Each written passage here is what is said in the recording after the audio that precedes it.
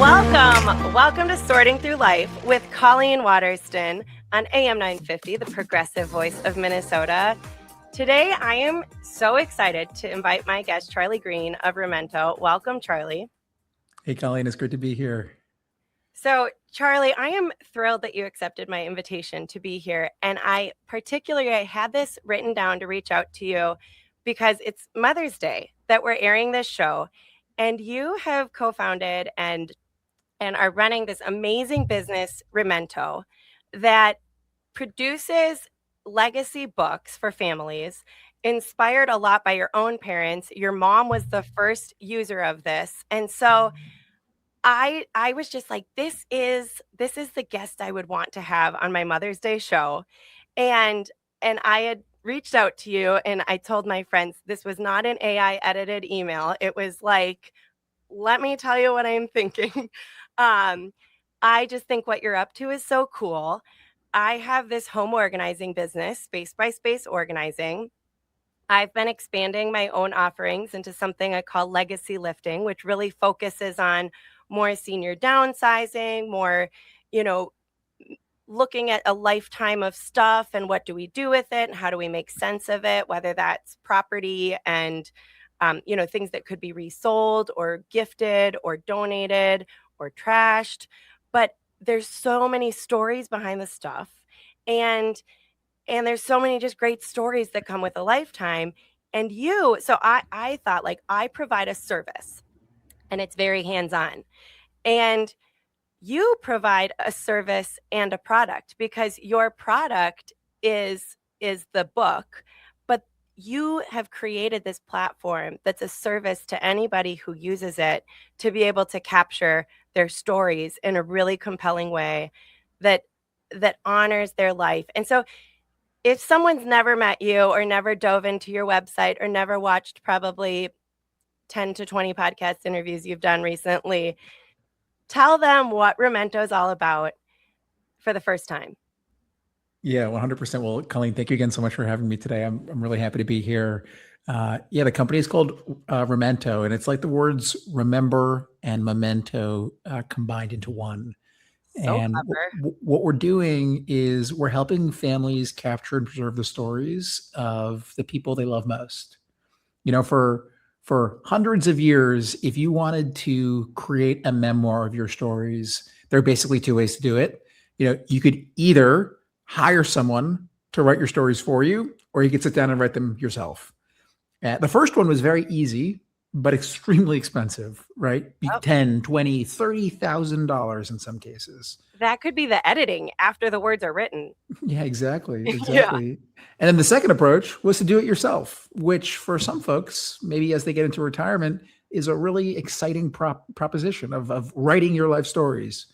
But what we find in our research is for the vast majority of people, it feels like a massive homework assignment.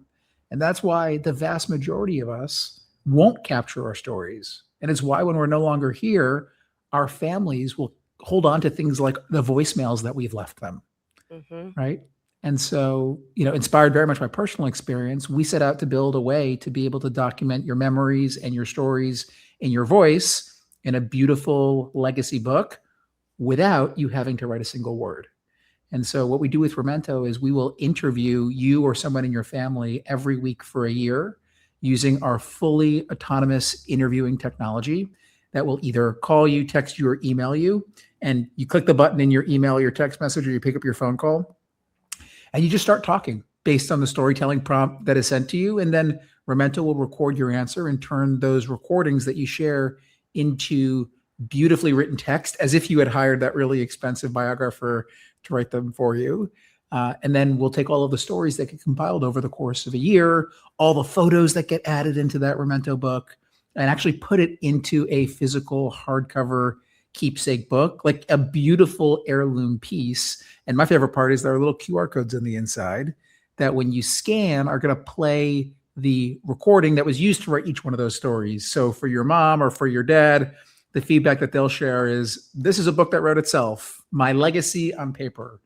But for you, for your family, for future generations, it's both having that physical heirloom in your hand, But way more importantly, it's the ability to scan those QR codes and hear that person's voice. And it is the process of actually capturing those stories and being able to have the person's voice at your fingertips, which is the reason why we feel so honored and proud of the fact that our product gets referred so often after it is ultimately used. Okay, my eyes kind of widened because I didn't know you had like text and phone call option. I thought it was email. I know you don't do it on an app. It's like a prompt and then that gets captured. Correct? Yeah, I mean, when we started this, we did a bunch of research, and our research was exclusively with people over the age of 60. Many of them were over the age of 80. And we said, what would it take for you to feel comfortable recording yourself? Mm-hmm. And they said, well, I don't want to have to download anything, and I don't want any passwords, and I prefer not to have to log in. And actually, when you're building technology, that rules out a lot of options, right? It really does. Yeah. And so what we built was a completely web-based application. And so if you sign your mom or your dad up for Remento, they're going to get a text message and an email that's going to say record now. And they click on the link in that text message or that email, or they can pick up the phone call that calls them, and they just start talking. And what it's meant is that the majority of our storytellers are over the age of 65. Many of them are over the age of 80. I've spoken to 7 people who are over the age of 100 who have used our product without any intervention from a family member. And that's a really special thing to be able to experience as someone who builds products. I have a client who does not have email. She's 84, and every other week I bring her invoice and we get a check. And, it's like, I don't want email. I'm like, what would a life be like without email? I think peaceful. I'm like, I'm not going to push it on you. What's funny is, we thought at the beginning of this process that age would be really correlated with tech capability. And there is a correlation, but very interestingly, it's not nearly as tight as we thought it was. There are 60-year-olds who are not on email, and we have people over the age of 100 who are on Facebook all the time. Oh, and yeah. So I have an 88-year-old best friend who's been on this show. I helped move her from her home for 40 years into a senior community. And she's very sophisticated with tech. But there are a lot of scams out there. So it's good to be mindful for people of all ages that this is how this is going to be received. You can trust it. It's very easy. You don't need to worry about, clicking the wrong thing. So then if somebody answers, like, how long is that answer? It totally depends. We always say there's no right way to use Remento. We have people that will record 300 stories that are each a minute long, right? Okay. And we have some people that will record a handful of stories that are 30 minutes long. And so there's no right way to use the product. But I will say one of my favorite ways that we see people using the product is very much in your wheelhouse, which is to record the stories behind old photos. Right. I saw that on the website. So it's like, it can be a question, it can be a photo. So like if I'm setting this up for someone, I could put photos in and then it would prompt them to tell me the story behind it. That's exactly right. You end up with Brilliant. what we call like a narrated photo album. You just think about those moments when you've been sitting with, a parent, or you think about the moments where you had your kids with you and you had the scrapbook open and you were going through and you were saying, here's great Uncle Harry. Like, so much of the detail behind those photographs exists in the mind of a select few people. And when those people leave us, the stories and the details behind those photos, they leave too. And so we announced last year a partnership with a company called Legacy Box, which is the largest digitizer of photographs in the US. And when you buy Remento, if you choose to add Legacy Box into your package, we'll send you a Legacy box. You take all of your old photos, the physical images, put them into the box.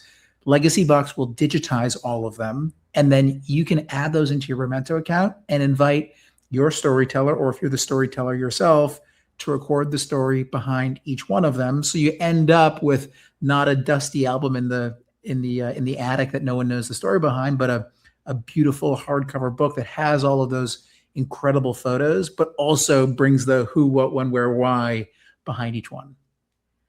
Well, and okay, so amazing. But this also gets into, we've all been in those conversations with the person who wants to tell all the stories. And at the time that they want to tell the stories, the person they want to tell the stories to may have varying degrees of interest. Like, okay, thanks, mom, but like I got a lot to do. But then when the day comes that you can't have mom tell you the stories, you wish you had sat down for those hours and taken them in. So, what I love about this is it allows for somebody to anticipate a day where people are really craving the stories and create that so that at your own convenience and when the time comes where you value that and you say, gosh, I wish mom was here to tell me that, it's like now I have it. Like now I can sit with this photo book and feel like I'm still with my mom when she's not here to be here with me. Like that's what I think is really cool is it's enabling, a future interaction with a person that you loved that you might not be making time for right now, but they have the time.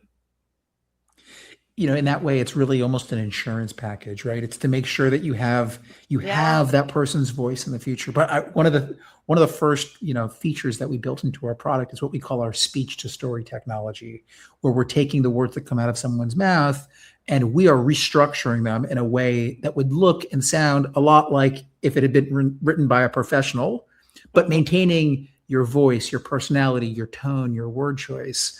And And you as can part of choose first or third. This technology allows you to have the story written in first person or third. Genius, Yeah, the first Charlie. person would be making it sound like you wrote it yourself, and the Mhm. third person as if someone had written it for you. And as part of that, there's a little slider that you can adjust the length, right? And so we all know someone in our lives who we joke, speaks in paragraphs. They know where they're going to land the Guilty as plane. charged. They know where they're going to land the plane when they start the story, right? Sometimes we don't. Sometimes we're Many just on a joyride and eventually we know that we're happy to go on the plane ride, but we are just kind of looking around. What's up? you hope you're going to find the destination Yeah, as you're at cruising yeah, altitude. that looks nice. Yeah, and so for the people who speak literally, in prose, we have an option where you can basically print a verbatim transcript of what was said into a book. And for those families, that is incredibly meaningful and it's very readable. For a lot of us, we start with the middle, then we move into the beginning, and then we remember a detail and we change our mind. And that transcript becomes really difficult to try to synthesize and digest, whether you're reading it or if you're listening to it. And so one of the things that's really beautiful about the technology that we built is it turns it into a format that is digestible by the family, both long into the future, to your point, when there's interest, but also maybe I don't have 30 minutes to listen to my mom talk about a childhood photo now, but I'd really love to be able to read the 1 minute overview of what was happening there, and then to know that I can look at it in the future. And so having those options is something that we've gotten a lot of positive feedback from, on specifically. Amazing. And you guys have designed such a great technology, product, service. Okay, so Remento.co, REMENTO.co. I'm here with Charlie Green. We're going to take a quick break and we come back. We're going to talk about the importance of questions.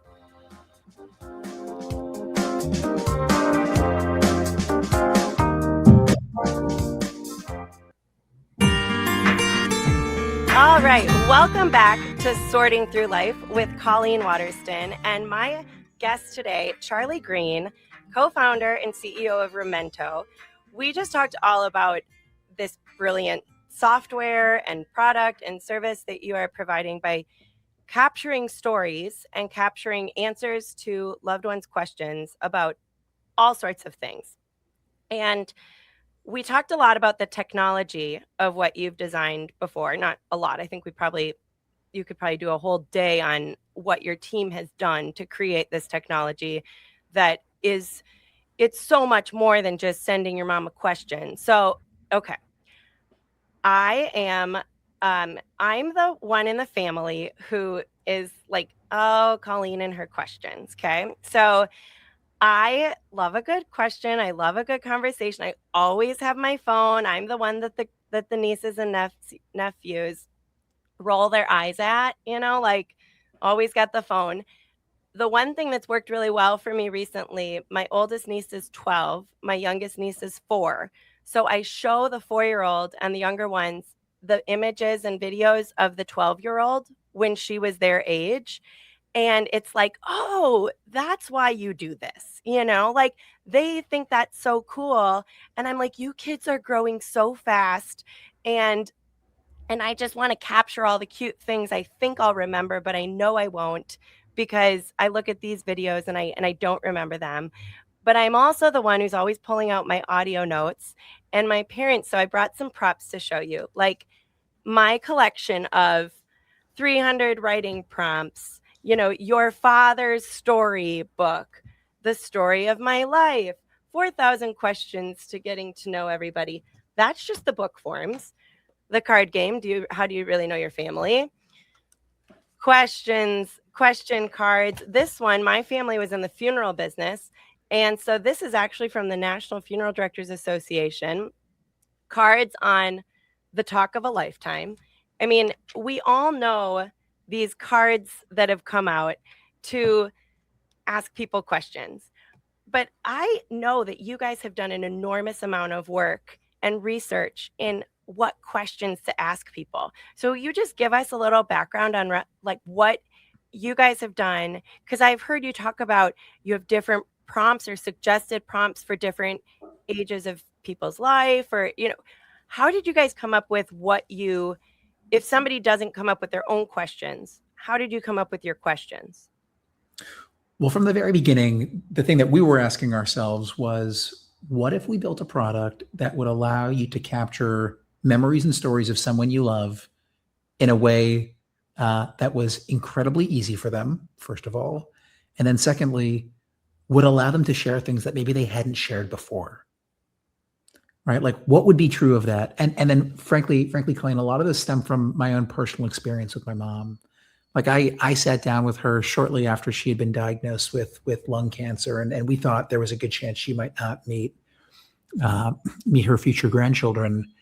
And I remember I asked her some really basic questions, the kinds that are probably written on the different decks of cards that you were just sharing. And I remember being blown away by her answers, not because they were particularly remarkable, but because they were things I had never heard before.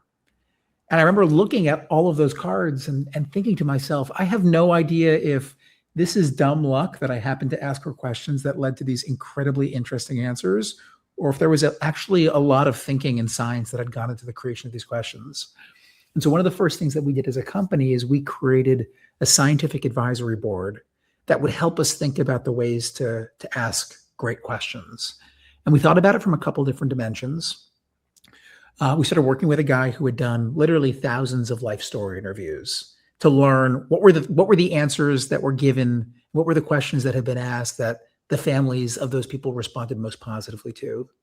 What have you done those for? Like for books, for memoirs, for he's a 7-time New York Times bestselling author, and he's kind of like the family story guy. His name's Bruce Feiler. He's got a new book that's just come out, which is incredible. Everything that he writes is gold. But this is a guy who's probably done more life story interviews than just about anyone. We also really wanted the hard scientific perspective, and so we recruited a neuroscientist who's done a lot of research on kind of the moral molecule, as he calls it. Like how our brains, when stories are shared, actually like can be seen in the MRIs to be able to start flowing in the same directions, like how we cognitively connect when we're sharing stories. And then the last perspective was around researchers who had worked with cognitive impairment, specifically Alzheimer's and dementia. And as it turns out, the questions that you ask someone who is losing their memory need to be very different than someone who is, earlier in life making their memories. And so we took all those perspectives and we started building questions. And we had the tremendous benefit of two things. First was this incredible scientific body of understanding about what the questions are, but then also real-time feedback about how are these questions that we're asking the tens of thousands of people that are using our product actually leading to answers that are worthy of preserving. And we weren't, for the record, looking at those ourselves. We were looking at a aggregated sample set of how does this question generally perform? Is it picked by families? And are the answers that are given the kinds that lead to reactions and discussions and more questions? And so what we were able to do is we were able to combine those into a bank of questions that probably in some cases are a lot like the ones that you have in front of you, but are backed by both science and our own data. And what I'll say, Colleen, is like the big macro learning as we've done all of that has been the most important thing to a great story And for that reason, a great question is specificity, Mm, right? Like okay. if I asked you about an important moment in your life, maybe a wedding day or the first time you held your niece or your nephew, and the story that you shared sounded like, I'll never forget that day. It was so special. I was gushing with love. I love this human so much. It would be utterly boring, Mm-hmm. right? What we want is the specifics. My Go niece as came 2 months go early. as I had to, my mom worked for Delta. I flew standby. I jumped on an air. I was getting like 10 calls at 5 a.m. I I had not been out asleep early the night before. And it was like, why is home calling? I had to jump on an airplane. She was born while I was in flight. I told the sweet guy next to me, my niece came and it's a girl. I thought it was going to be a boy. And yeah, no, there's so much to that day. You're right. That like I remember that my brother brought us caribou coffee smoothies. Like those those moments. You're so right. It's not like I was so happy. we want to go as specific as we can. That's one of the reasons why photos can be really helpful with Yeah. inspiring memories, is because there Mhm. are specifics rooted in pixels, right? And so we're able to dig in and go deeper and deeper and deeper. And then the answers and the stories that get created are the kinds that only could ever apply to the experience that you shared. And ultimately, that is the way that you build a story that's actually worth both telling and remembering. And that's where, if you go back to that day, it's like that's what my niece wants to hear. That's what's going to make her giggle is kind of hear how everybody around her came together to welcome her into the world. It's not it was, a chilly September day. It's like who showed up at the hospital, like how did this go? Like what um yeah, that's so I just think everything that I've seen from your platform, and I do want to point out you said these are private. These are kept private. They're not accessed. You get to download everything that you do in the program. You get to download it very easily. It's not like your answers are held hostage to a book. You guys have really made that's why it's that service. Like there is a product involved and it's an excellent, beautiful product. But you want this to be consumed by the family. You want them to have it for a lifetime. You want them to back it up on a hard drive. Like everything I've seen is really about taking this Remento service. You can turn it into the Remento book product that's included in what you sign up for. But you guys do not hold this. You're very transparent about download these. These are yours. Yeah, 100%. I mean, at the end of the day, this is of the most important data that you'll ever have access to. Like the number of customers that tell us, I didn't realize until I saw my mom's first recording that I don't have any other recordings of my mom talking to a camera is like staggering, right? Mhm. That's the experience that most of our, we see our parents on FaceTime or we're with them, obviously, but actually looking at a parent talking about something meaningful on your phone is an experience that many people have for the first time using our product. And so that's a huge responsibility that we carry, both to make sure that the experience for mom or dad is seamless, but also that with that data, we apply, all the most cutting edge, and critical protocols related to security, privacy, and data standards. One other thing that I want to know, and I think you're right, like we've built a product, but ultimately this is a service.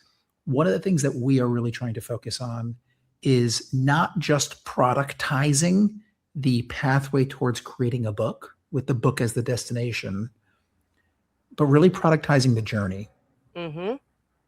I right? feel that. And like when our product works best, it's a collaborative family experience. Mhm. And so to go back to the old analogy, if you were writing your memoir, most people would go into their attic or their basement, they'd create this document, and then they would present it for the first time to their family. And we have plenty of storytellers who buy Memento in private and then share their book at the end. But Merry Christmas. our product, exactly, Here's mystery. our product works best when it becomes a family experience, when members of the family are invited to see these recordings as they come in to ask follow-up questions, to share reactions, to show grandma that she's not like a liability to be managed in a senior living community, but that the family is genuinely curious to learn more about what it was like to be 12 years old during the Vietnam War, right? Because these are stories that are really hard for us to engage with out of the blue on a random day. But when you look down at your screen and you see a story from grandma that you never knew, it creates excitement within the family that compounds. And that's where we get most excited, when the book becomes a way of memorializing that experience rather than this time capsule to be unlocked and read for the first time in the future. And I opened up to you that my parents, I bought them Storyworth. I bought my dad for his birthday, and I bought my mom thinking, if my dad's doing it, maybe my mom will want to, like that they could kind of, oh, did you answer Colleen's question this week? Well, my dad answered none, and my mom answered 5. And one was, I hate questions like this. It's like, well, pick from the other 40, however many more are available.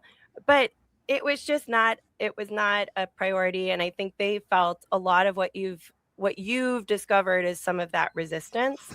I'm gonna switch this focus and kind of totally take it a different direction for a bit, which you said you're up for. So you talk about these questions and question design. Now, 12 years ago, I have a master's in international development. I was living out in DC, and I was working for an advocacy group for the foreign affairs budget. So it's all about our effective diplomacy and smart power, and some of that is no longer in existence today, thanks to being completely wiped out. But that's a totally different topic. But I thought, we were talking about how connected the world is, and I was like, we need a human interest story about how connected our world is. So I created this little project for myself. It feels like a different life, but I called it Big Shared World. And I traveled around the world. I went to 40 countries, and I asked over 750 people the same 3 questions. And I have a big manuscript in progress that I do intend to get out into the world sooner than later one day. But right now I'm organizing houses in most of my time. But I thought I would love to ask Charlie my 3 questions. It was just an idea I had last night, because so much of what I think this conversation is about how questions and asking people to think about things and their answers to things differently can shift a dynamic and can open up, a new conversation. And what I felt from my questions, I'm not going to get into, but people were so grateful to be asked some questions. So I want to ask you those 3 questions, and then we can talk about the power of questions and conversation briefly after that. So my first question, Charlie, so I'd say, hi, I'm Colleen. I'm traveling the world asking people the same 3 questions. I'm going to write a book about it. Can I ask you my questions? And they would say, yes. Let's do it. I'd love to. Okay. Charlie, what does a good life mean to you?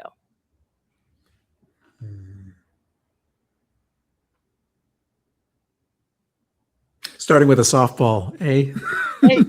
I said, I want these to be questions that you can answer on the fly. Anyone could answer. They aren't like college, essay questions. Yeah. But they have depth. I wasn't going to take time off my life to just ask people's favorite color. Yeah. Well, my favorite color is blue. Okay, good to know. I think for me that the key is connecting my time to purpose. And so feeling like I'm spending my time with intention and, making investments in the areas, whether it be family, friends, or work, that, give me purpose in my day to day and bring me joy by being able to be around the people that I love, hopefully supporting them and uplifting them. In your opinion, what is the biggest threat to humanity today? Ignorance. What do you think the world will be like 50 years from now?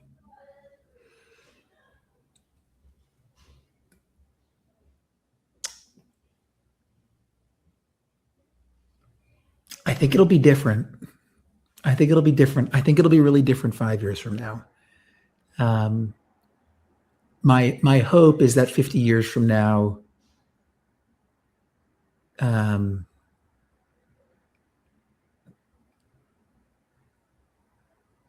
as the world becomes faster, more globalized, more connected with incredible new technology, my hope is that technology actually lives up to the promise of making us feel more connected to each other and creating more human, meaningful experiences. That would be my hope. Thank you for answering my questions. What did you think? Those are wonderful. Yeah, I think those are great. You're very provocative. Well, and I appreciate you answering them. So to me, I kind of was reflecting last night on how I think they relate. And I do think that a good life is full of good stories, like a shared life and with depth and meaning and value and having a life, that you have fun stories to share about it. You should like your own stories, right? And what your platform gives is people's opportunity to reflect on their stories and to take them. And I think the reflection can make them maybe want to even make better stories with the time they have. I think you're 100% right. There's been a longstanding practice among mostly the older population of what's called reminiscence therapy, which is basically a clinical application of going through and being nostalgic about your life, thinking about how all of the decisions and the people and the moments all connected to each other. And it's often done at the end of life, but frankly, it's quite productive to do in the middle of life. And you brought up a really good point about good stories and why these are so important to harness and to make a part of who we are. And thinking about our personal narrative is important.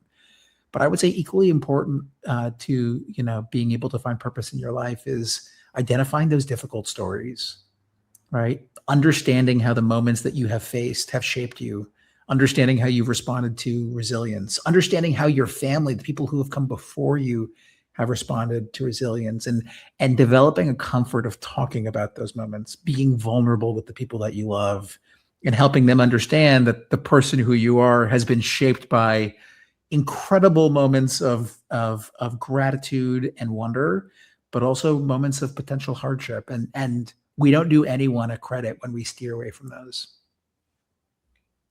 I love that, and I feel that from you because you've had such a fun journey, and you are in such a cool spot with this business that you've created. I mean, you're talking to New York Times bestsellers, you're neuroscience researching, you've been on Shark Tank, Mark Cuban is in your cell phone. Like, I imagine. That is like there are so many quintessential desired ideas for what to be an entrepreneur. Like, oh, you've reached so many of these amazing spots, but I've also heard you talk about some of the setbacks or moments of questioning and what do we have? What are we putting out in the world? Like, and I think I heard, I love these long form YouTube 3-hour interviews that have come out of people. I try to imagine myself like having dinner with the people thinking, could I hold my own in this conversation?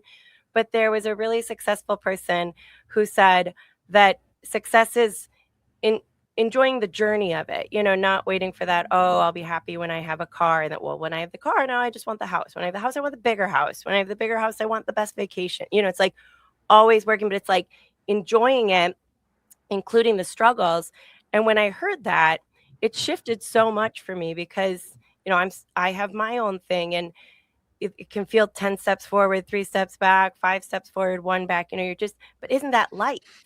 And the entrepreneurial journey takes you on an amplification of that, back and forth. But, just life can be a struggle. And I think your point is well made, and that giving people the opportunity to not just say, oh, here's the highlights of my life. Here's my favorite things that happened. But here's something that was tough. I remember something about this day that picture was taken. it was a hard day, or I was in the middle of this at work, and then I went to this party. Who knows what comes out of it, but it's like there's this richness in not glossing over those harder moments.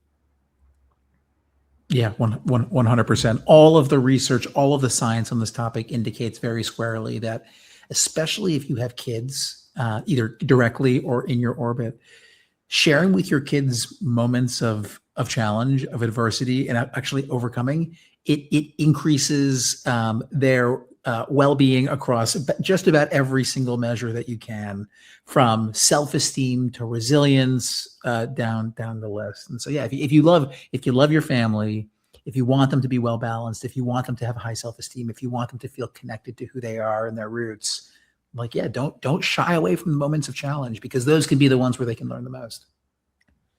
To that point, so my dad had a big funeral business here in Minnesota, and he's like my best friend. My dad is such a great guy, and I'm so grateful to be super close with him. And he hates these questions. Like, we'll go on a boat ride and I have a book. Hey, Dad, like, what are you going to do with your retirement? Who's your top 5 role models? Like, one's Ronald Reagan. It's like, okay, like, let's go deeper. Let's, but there's something to that. But he always like, oh, Colleen, the eye rolls are just beyond. But then he got interviewed by some up and coming funeral directing podcast. And I learned so much about my dad in that 1 hour of someone else asking him some questions from a different perspective than daughter, and how him and my uncle grew the business, and when it wasn't popular, because they really doubled down on cremation, and certain things that why he didn't bring my mom to certain conferences, because they were kind of, the industry wasn't open to that. And I was like, I'd never known that. And it was having somebody else ask my dad questions. I mean, I sent that interview to so many people. I was like, Dad, I've watched this 3 times. I love this. And I think that that's so good to know. Like, you don't just have to tell the happy, fun stories. Like, be honest, be real, be human. Yeah, 100%. And you're also pointing to a really important insight, which is that the person asking the questions matters. And it's often the case that the people who are closest to the storyteller are not the best positioned to ask the questions that lead to the stories really worth preserving, right? Like what we're doing right now. This conversation is very different than if I was having a chat with, my wife or my sister or my mom. I'll share more context in this conversation than I would with them. We have a shorthand, which is helpful for the day to day, but not actually the most helpful if we're trying to fully contextualize a memory and its meaning.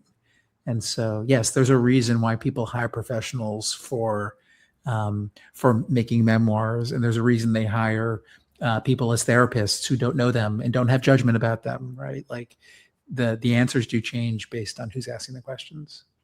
Well, and I think that you guys have done such a great Remento.co. We'll take a quick break, and I want to come back and go back into Remento and different ways that you're using this technology you've developed, and different ideas I have about where I would love to use it within my own organizing business and legacy lifting business. But Remento.co, REMENTO. I'm here with Charlie Green, the brilliant co-founder and just curator of so many people's stories, and you can just tell so genuinely you really are doing a service to the people. You've really developed something with a lot of thought behind it that for a minimal cost I can use, anyone can use, and capture their stories of their family and their loved ones. So we're going to come back and dive back into that, sorting through life with Colleen Waterston. Welcome back to Sorting Through Life on AM 950, the progressive voice of Minnesota. This is your host, Colleen Waterston, and I am here with Charlie Green of Remento. Charlie, I would love to know everything that you know, because it's so amazing how this company that you've built, putting together legacy books and a story platform for people to share their life stories through. You have done so much research and so much work building the back end. I'm sure you have a week's worth of beyond, but of just interesting topics of what you've been through the last handful of years as you've been building this and bringing this to life. But I also am interested in where it's going. So today, this show airs on Mother's Day, and I mentioned to you that while I have my legacy lifting, where I help people go through, more with a downsize in mind, or more with, you know, a career is over in mind. Let's kind of go through our things to minimize. I also help many busy families make sense and better systems of their stuff in their house. And many baby rooms or toddler rooms or kid rooms or memorabilia boxes of high schoolers have a lot of half-started baby books. And I was like, this is so interesting with the audio prompts because, I see the best intentions of the parents. They write the birth weight, and the time, and they throw, like the footprint from the hospital in there. But usually that's about it. So when are you launching a baby book? Well, I've got a 2-year-old at home and I can empathize. It's really hard when you're sleep deprived to like write down how you're feeling about your second week of being a parent when all you're trying to do is just keep everyone alive in the family. Right. And by the way, those books are very different for the first child compared to the second or the third child. They don't even get purchased for the third kid. Yeah, they don't exist. At least the first one has the empty book. The third one never even had it in the first place. I have some photos thrown in without much. Right, I love my parents. It's a little better than that, but not much. Love you, Mom. Exactly. Love all the moms, by the way. Happy Mother's Day to all of the all the moms out there. Mother's Day. You all are amazing. You lift up this world. I don't know how they do it. Yeah. Our moms are incredible. Right now, Romento is very focused on helping our aging loved ones preserve their memories in retrospect. And our focus at this exact moment is to make that process more simple than it's ever been, more intuitive than it's ever been, and ultimately able to capture memories that have not been shared and preserve them in a way that brings them to life, in a way that pulls you in rather than feels like something that gets put on the shelf. And so that is our attention and focus right now. But what we've been hearing a lot from our customers is, I want to use this technology in other ways, right? The fact that you're turning my memories into this book feels like a way to document memories, not just in retrospect, but actually as they unfold in real time. Or like a family vacation. 100%. Yeah. Like, hey, every day at the end of the day, and technically people could take your platform and say, I'm going to buy one for my vacation. I'm going to put the photos in and just kind of, but you don't have it on your website of like, document your family vacation. Yeah, it's not positioned that way, but we've had hundreds of families do exactly that. And so there are a couple of use cases that we're really excited about expanding into. The first is around the baby book. And I did this with my daughter in her first year, a photo every week for a year. And I exclusively recorded the stories behind those photos while I was changing diapers. And the videos of me doing that are pretty hilarious because they are not the most deep emotional things of the world, but they're pretty hilarious and they capture that moment in time really beautifully. A second use case that we're really excited about is the narrated photo album, right? Being able to preserve the stories behind those photos, either from a recent family trip or the photos from that family trip from 80, 90 years ago, potentially.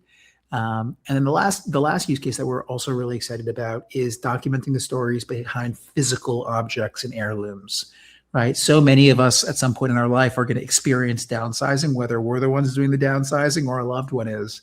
And it can be really hard to part with those things that have been passed down for generations. That dining room table with the divots in it that no one in the family wants anymore, but has so many stories behind it. And so what a lot of our families will do is they'll take photos of the things that they're going to be parting with. They'll tell the stories behind them. They'll be able to capture those in a physical book that preserves all of that. And it makes them feel, a little bit less guilty and a little bit less sad about having to part with those items, but cherishes them and celebrates them. That's the use I'm truly most excited about.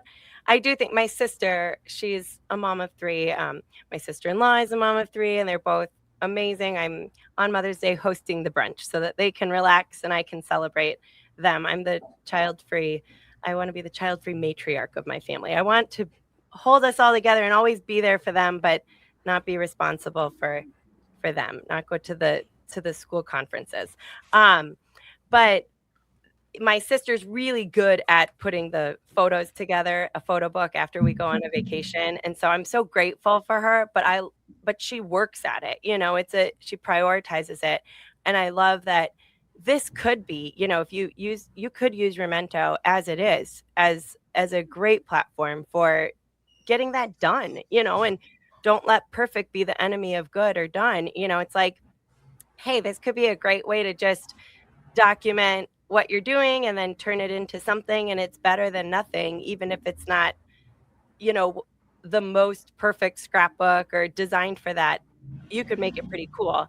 And for my clients, like, I'm constantly helping people go through stuff, an enormous amount of stuff. And I think even if you're not parting ways with it, but if you're planning to leave it behind, it's almost like people could make a catalog for their family, because when they aren't there, and I'm also helping people in their 80s who are aging in place at the moment, but one fall could make them not return to their home. That's a very common, very sad occurrence for people at that age, where it's like they're walking downstairs to dinner and a fall takes them to the hospital and they never make it back. And so it's like, wow, you can capture your stories so that when your family's going through your things, it's like, oh, here's this book. I already wrote about this. I wrote who I thought might want it. I wrote where I got it, and some might be like at Target, 20 years ago, and I liked it. And some might be a really cool story, while I was traveling.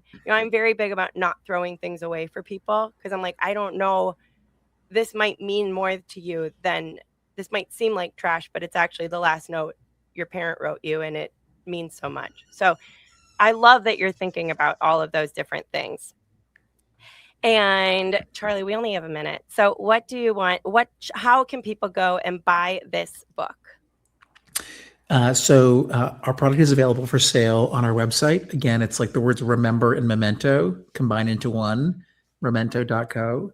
Our product costs $99. That includes 1 year of unlimited prompts, unlimited stories, and unlimited collaborators added to the account, and a credit for a hardcover book.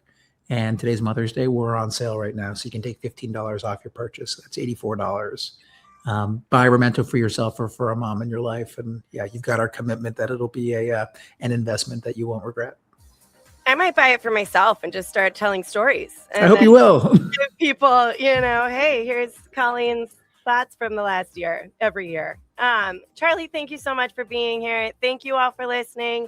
Sorting Through Life with Colleen Waterston on AM 950. It's a wrap.